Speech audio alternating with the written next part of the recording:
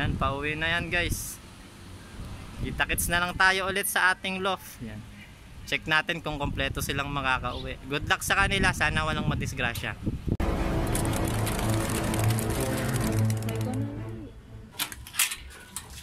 So yun guys, welcome back ulit dito sa ating YouTube channel, Cyrus Loft TV. So yun guys, magpapa-loft fly tayo. Kasi nga nag-start na ang training ng mga club natin. So medyo na late na tayo ng konti. Yun, medyo nabibisi tayo sa trabaho. Sa parting Tagaytay natin sila itotos. Yan, kayang-kaya na nila yan guys.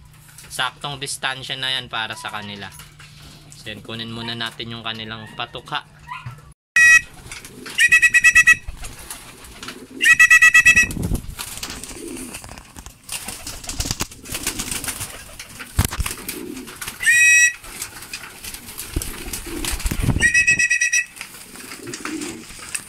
Yan guys, kakagulo na sila. Mga gutom na talaga tong mga flyers natin. Yan. Bigay na natin to't nagmamadali na sila.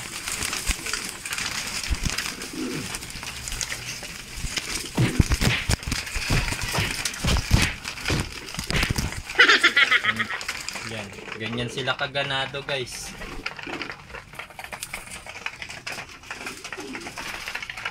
So yun, mukha naman silang healthy lahat.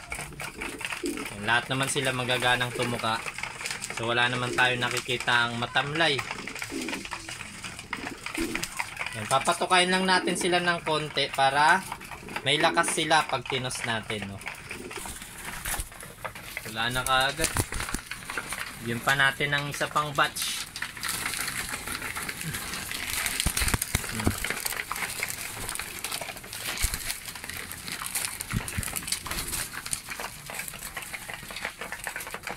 Yan yung ginagawa natin guys. Yan, di natin binibigla ng lagay para hindi sila namimili.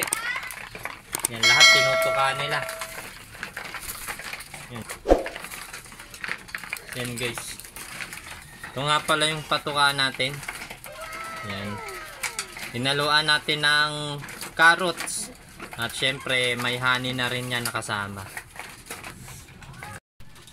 Ayan na guys. Simot na simot. Yan. Walang natira. So, isang taka lang nito guys yung binigay natin sa kanila. Yan. Hindi muna natin sila binusog ng gusto kasi yun nga, itutos nga natin sila ngayong umaga para hindi naman masyadong mabigat yung butchi nila pag lilipad. No? So, yun. Papainumin na natin sila guys. Yan. I-prepare na muna natin. Ayan na guys, yung kanilang iinumin. Yan, naka-premium sila ngayon. Ayan, ito guys yung pinapainom natin 3 times a week. Ayan, Vitamin Pro. Ibigay na natin sa kanila. Ipapahinga lang natin sila ng konti. After nilang makainom, lalagay na natin sila sa training box natin. Yan guys, no? Magagana rin sila uminom. So yun, prepare na muna natin yung training box natin at yung gagamitin nating pang transpo. No? So yan, ito na guys, ito na yung ating training box. So ilalagay na natin silang lahat. No? Wala tayong iiwan sa kanila. Yan, lahat sila ikakarga natin. Lahat sila babanatin natin. Yan, isasama rin natin tong ating nagbabalik na ibon. Yan yung ating red bar. Yan, so lagay na natin sila dito. A few moments later. Malapit na tayo sa release point natin. So maghahanap na lang muna tayo ng magandang area para sa mga ibon natin. Yung walang masyadong mga obstacles. Nasa maluwag tayo magtotos. Maghahanap tayo.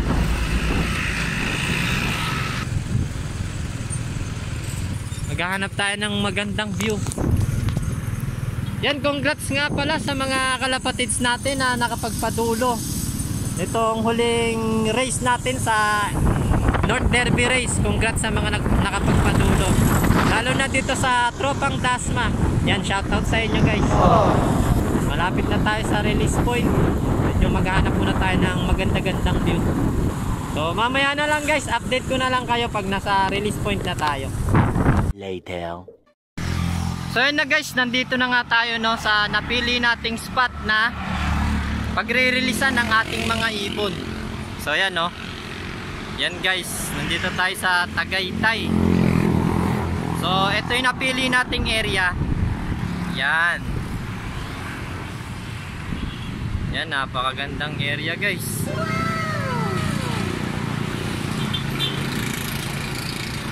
So, mamaya susubukan natin kung pwede tayo makapag-release dyan, no? Pag pinayagan tayo, edi mas maganda. Napakagandang area guys. Perfect place para sa pag-release ng ating mga ibon. Yan, walang masyadong mga obstacles. So yan. Hindi masyadong maulap. So swerte tayo kasi bumabor yung panahon ngayong araw na to. So yun, weather condition. So yan, tirik na tirik yung araw, maganda naman. Nandito nga pala tayo sa Tagaytay Starbucks. Yan, nagsisimula na ang training natin guys. Malapit pa naman yung mga area na pinagbibitawan nila. Kaya ang gagawin natin, magsi-self-toss muna tayo hanggat maaari. So kaya pa naman natin mag-self-toss. Hindi muna tayo sasabay sa club training. Nakapag self-toss tayo ulit kasi yan, panggabi ang duty natin. So yun, papahinga lang natin ng konti yung mga ibon at re-release na rin natin sila mamaya. 5 minutes later. So yan, ito na guys, ito na yung oras para i-release natin yung ating mga ibon. So mga 5 minutes na rin naman na silang nakapagpahinga. Kaya goods na yan. So mula dito sa areang to hanggang sa ating flyer slope, lilipad sila ng 15 km air distance. Ayan, release na natin sila.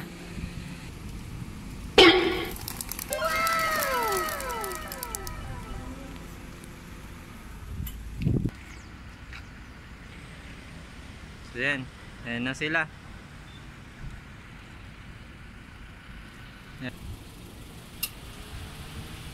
Ayan, umiikot pa sila.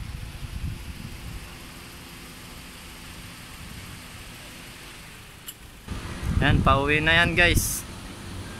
Kita-kits na lang tayo ulit sa ating loft. Yan. Check natin kung kompleto silang makakauwi. Good luck sa kanila, sana walang madisgrasya. Ayan, kanina pa sila nakatambay dito. Ayan, naunahan pa tayo. Check natin sa loob kung nandito rin yung mga bugoy. So yan. Ayan yung kulay-pula natin. So yan, kompleto naman silang nakauwi sa ating first toss. Wow! Yan, road training. Pasok na kayo, pasok na. May pumasok. Gumapo pa tong isa sa atin guys. Maamo si 87. Pasok na dali, pasok. Pasok na, pasok. Namin na 87 oh. Ba.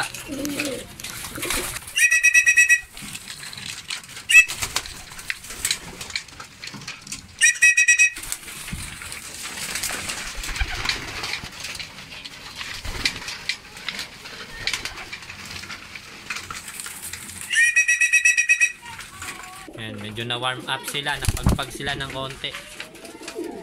So yun guys, medyo naging successful naman yung first toss na ginawa natin. So next toss, ilalayo naman natin sila ng konti. Sa mga naligaw lang sa ating channel, like, share, comment, and subscribe. Hit na rin ang notification bell para lagi tayong updated sa mga bago nating ilalabas na videos. Kita-kits ulit tayo next vlog. Happy flying mga kalapatids. Ingat. God bless.